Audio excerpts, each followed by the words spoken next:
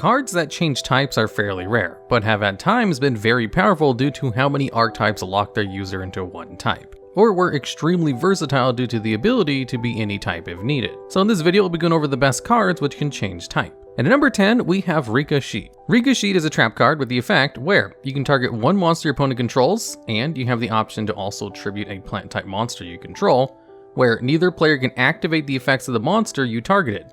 And if you do tribute a plant monster, you can also take control of the monster you negated until the end phase, where it is then also treated as a plant type monster. Rikka Sheet is a strong card which can prevent most monster effects from activating, along with allowing you to take the monster for yourself. Although unlike cards like Change of Heart, Rikka Sheet not only negates the monster's effect, meaning you cannot use the effect of the monster you steal, but also the cost of tributing one monster means that Rikka Sheet is a neutral in card advantage, instead of a +1 like other similar cards that steal monsters, like Brain Control. Rikka Sheet is also a trap card, meaning that you'd have to set it and wait a turn in order to activate it. Rikka Sheet never saw competitive play, but isn't a horrible card either due to the abundance of good plant support that have been released over the years to help swarming, with stuff like Lonefire Blossom or Evil Thorn, which both can summon multiple plant type monsters from the deck to give yourself monsters to tribute in order to utilize Rikka Sheet to its best ability. Although the inherent slowness of trap cards in the modern metagame, along with other cards just doing what this card is trying to do, such as Infinite Impermanence, which doesn't need to be set first. Basically, the good part about this card is the fact that it allows you to steal a monster, and if you're not able to activate the mind control effect, then the card isn't really worth using over the plethora of other effect negates in the game. Although the archetype it's from is all about tributing plants to do their thing, and stealing your opponent's monster during their combos is always pretty good, so it's not half bad. And you might be wondering why a card like this is even on the best of list. Well, because there's actually not a lot of cards that change the types of monsters. This one is decent, but all the really good ones that see competitive play are at the top of this list. And at number 9, we have Naturia Pineapple. Naturia Pineapple is a level 2 plant type monster with the effect where all your monsters you control are treated as plant type monsters. And during your standby phase, if you do not control a Naturia Pineapple and have no monsters except plant and beast type monsters in your graveyard, you can special summon this card from your graveyard.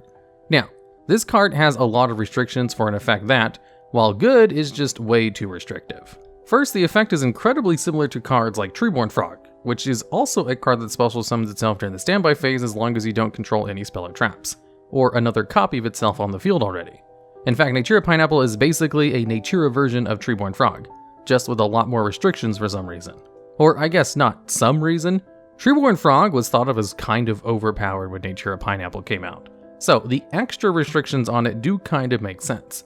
Otherwise, there'd be no reason not to just run both Treeborn Frog and Naturia Pineapple together.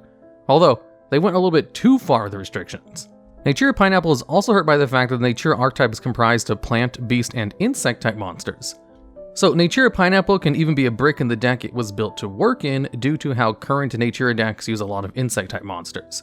And also the fact that you cannot control any spell or trap cards to even summon Pineapple, in a deck where one of the best cards is a continuous trap card called Natura's Sacred Tree. But while all of these are reasons Naturia Pineapple did not see play, that does not make it a bad card. As long as you play by its restrictions, it has all the same benefits of Treeborn Frog while also changing the types of monsters you control. And at number 8, we have Parasite Paracide. Parasite Paracide is a level 2 insect type monster with the effect that, when flipped up, you can place this card face up in your opponent's deck and then shuffle it. And when your opponent draws this card, you can special summon this card to their side of the field and deal 1000 damage to their life points. Also, face up monsters on their side of the field are all changed to insect type monsters. Now on paper, this card is a -1 in card advantage along with having terrible stats and an effect which is incredibly situational. In the TCG, Parasite Paracide saw absolutely no competitive play, due to those reasons, along with the fact that in a 40 card deck, relying on your opponent drawing one card you placed in it is just too slow, and you'd have to go even further -1 in card advantage to use Jade Insect Whistle to put it on top of your opponent's deck. Also, the fact that burning 1000 life points is not enough for the effect itself. But in Duel Links, where the starting life point value is 4000, and your decks are usually around 20 cards, relying on your opponent drawing a Parasite Paracide is a legitimate strategy due to the skill from Weevil that allows you to, right when the duel starts, place 1 or 2 copies of Parasite Paracide in your opponent's deck. And in those decks, your main strategy is just to stall your opponent out using cards like Sphere Karibo in order for your opponent to draw and burn themselves for 1000 damage and fill their zones with useless monsters. due to Duel Links only having 3 zones to summon in. Then you can use a card like Lava Golem with those guaranteed summons of Parasite Paracide to burn for even more damage every turn, and even attack over the Parasite Parasides with Gaku or Guy or Panda, which raises its attack by 500 times the number of monsters your opponent controls, along with dealing piercing battle damage. And while this combo did in Duel Links well enough that the skill received a nerf for being too strong, it never really did anything at all in the actual TCG.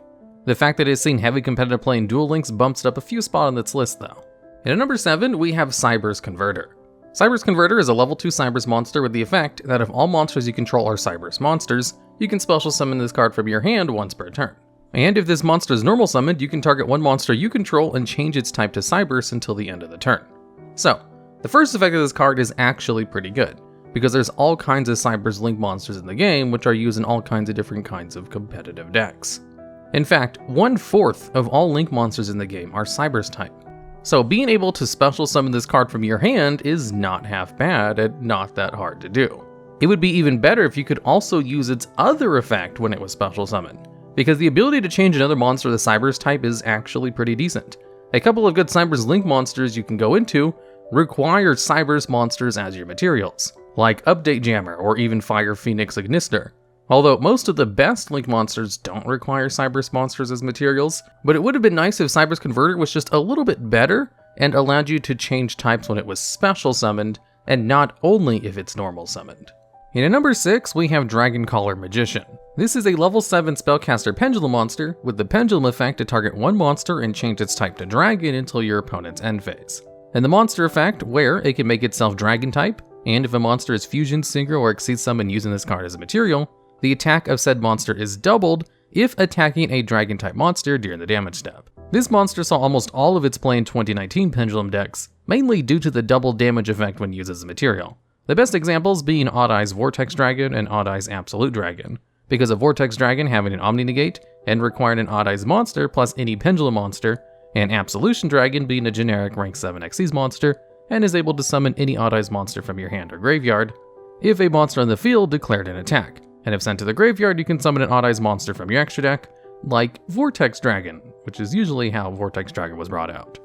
Giving double damage to either of those monsters was incredibly strong. But also, the decks using Dragoncaller Magician also ran cards like Guard Dragon Agripane and Hieratic Seal the Heavenly Spheres, in order to use Dragoncaller as a material in case of emergency, even if it rarely ever was used in this way. Dragoncaller Magician is also part of the anti-support cards made for specific types of monsters, this time being the Dragon type. And monsters that are anti-support for Dragon type perfectly segue into the next spot.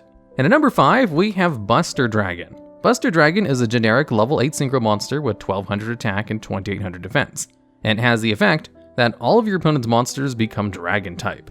And once per turn, if you do not control a Buster Blader monster, you can target one Buster Blader monster in your graveyard and special summon it.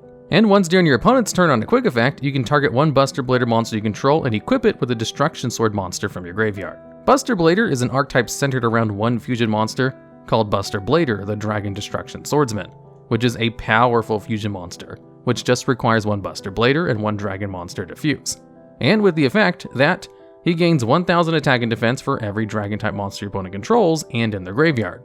Also, you change all dragons your opponent controls to defense position, and more importantly, negate all Dragon monsters' effects, along with Buster Blader being able to inflict piercing battle damage. Considering the effect is incredibly powerful, this is basically an instant win if your opponent is playing a Dragon deck. And with Buster Dragon, you could make any monster a Dragon type, along with summoning out Buster Blader from your graveyard, making your opponent forced to remove these 2 cards in order to activate any monster effects due to Buster Blader's negation effect. Buster Dragon is also insanely easy to cheese out of the extra deck with cards like Prologue of the Destruction Swordsman, since Prologue allows you to special summon Buster Dragon out of your extra deck during your opponent's turn by sending one Buster Blader monster and one Destruction Sword card from your deck to the graveyard. Along with the Link monster, Protector Whelp of the Destruction Swordsman, which allows you to send one Destruction Swords card from your deck to the graveyard, which allows you to send Destruction Sword memories to the graveyard in order to easily summon out the fusion monster from your extra deck by just banishing the materials from your graveyard, which allows you to incredibly easily summon both Buster Blader, the Dragon Destruction Swordsman, and Buster Dragon from your extra deck without much effort. The reason that Buster Dragon has seen little play is due to how often people run spell and traps to remove cards from the field, such as Evenly Matched or Lightning Storm, but Buster Dragon has definitely seen enough play to get a very well-deserved spot at number 5 on this list. And at number 4, we have Reprodocus.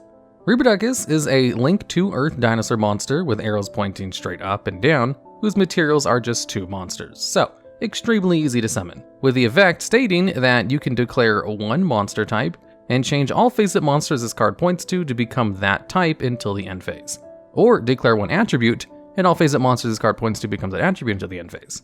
Reprodocus saw a lot of play in 2018 and 2019 in tons of different types of Thunder Dragon decks, or True Dracos, due to Thunder Dragons occasionally using Darkest Diablo's Lord of the Lair, who could bring itself out real easy and rip a card from your opponent's hand. And since Thunder Dragons have multiple light and dark monsters, so Reprodocus helped activate Darkest Diablo's second effect easier, due to Reprodocus changing any light Thunder Dragon monster into a dark attribute, so Darkest Diablo could tribute it, along with True Dracos using multiple cards that require specific types of attributes in order to summon themselves, like the Vanisher, who requires fire-type monsters. So Reprodocus can change any card in the deck to a different attribute in order to summon this card easier. Reprodocus sees lots of play due to being a generic Link monster and being dinosaur type, which does give it plenty of good support, such as using Animadoran Archosaur to destroy Reprodocus to search out Double Evolution Pill. It's also used a lot in theoretical combos because of its ability to change cards' types to Psychic in order to have cards that pay life points be equipped with Telekinetic Charging Cell. This equipped card allows monsters to not have to pay life points to use their effects, which is super good with cards like Cyberstein that can special summon monsters from your extra deck at the cost of 5,000 life points a pop. And since Reprodocus is easier to get on the field than something like DNA Surgery, it's the perfect card for these theoretical combos that don't really see competitive play. And at number 3, we have Oasis of the Dragon Soul. This is a continuous trap card with the effect where you can target 1 monster in your graveyard, then special summon it in defense position, and if either the monster it brings out or itself leaves the field, they destroy each other. And more importantly, it also changes the monster's type to worm type. This card saw play ever since it was released in 2014, but really peaked in 2016 and 17 due to decks like ABC Dragon Buster and Cosmo, as those cards' effects benefit immensely from being summoned on your opponent's turn. ABC Dragon Buster can once per turn on a quick effect discard 1 card to target and banish one of your opponent's cards. And Cosmo Dark Destroyer has the effect that if it's normal or special summon, you can target and destroy 1 monster on the field, meaning free ways to activate quick effect disruptions on your opponent's turn. And those cards weren't even the only way Oasis of the Dragon Soul saw play. This card was just that versatile that most decks didn't care one bit that the card was turned to worm type. But one deck called Yang Zing really likes monsters being worm type due to most Yang Zing monsters requiring worm monsters as synchro materials. So if the monster you summon survived through your opponent's turn, which isn't the most difficult condition due to the power of cards like Cosmo Forerunner and it being untargetable, then you could just synchro it off. And for cards like Forerunner, if your opponent destroys Oasis of the Dragon Soul instead, since when Oasis leaves the field, you destroy the monster that you summon with it, you can activate Cosmo Forerunner's graveyard effect in order to special summon a level 6 or lower Cosmo monster from your deck. Oasis of the Dragon Soul was just extremely versatile in the decks that could use it, and played whenever you wanted more copies of Call the Haunted. Or just a Call the Haunted, but one that lets you put the cards in defense position. And since it was basically used as the defense mode Call the Haunted, the fact that it changes the monster's type was never a big factor, and sometimes just a detriment to the card's effect, honestly. And at number 2, we have DNA Surgery.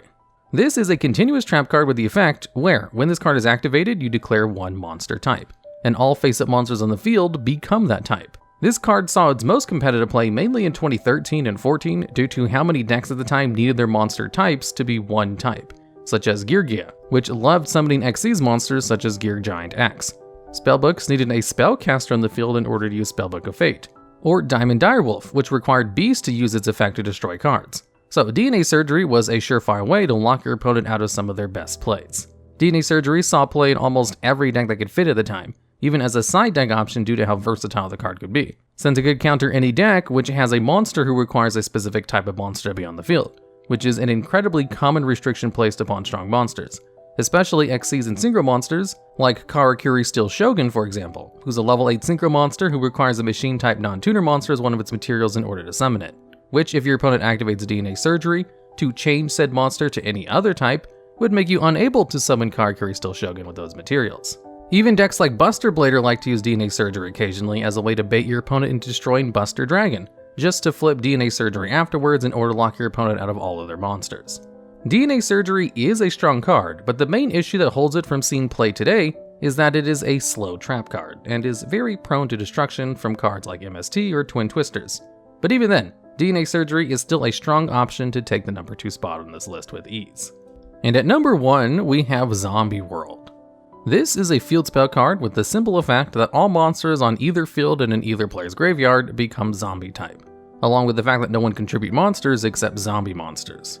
Now, the reason Zombie World has seen competitive play over the years is for 2 reasons. For one, it supports the zombie type almost perfectly, because a lot of their stable monsters require exclusively zombies to work with, like Mizuki allowing you to summon any zombie from your graveyard, and Unizombie being a 1-card synchro summon, but locking you into only attacking with zombies for the rest of the turn.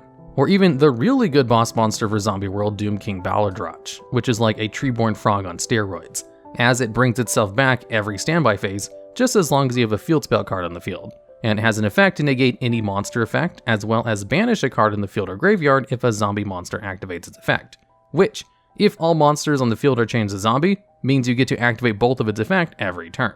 And Zombie World can be searched out very easily with Necroworld Banshee, probably one of the best specific field card searchers in the game, as it can search the card and immediately activate it from your deck as a quick effect from the graveyard. In addition to Zombie World being good for all the reasons I just described, it's also a floodgate, in the same way we described in the DNA Surgery portion, in addition to the fact that it completely stops decks with Tribute Summon, like Monarchs or even True Dracos.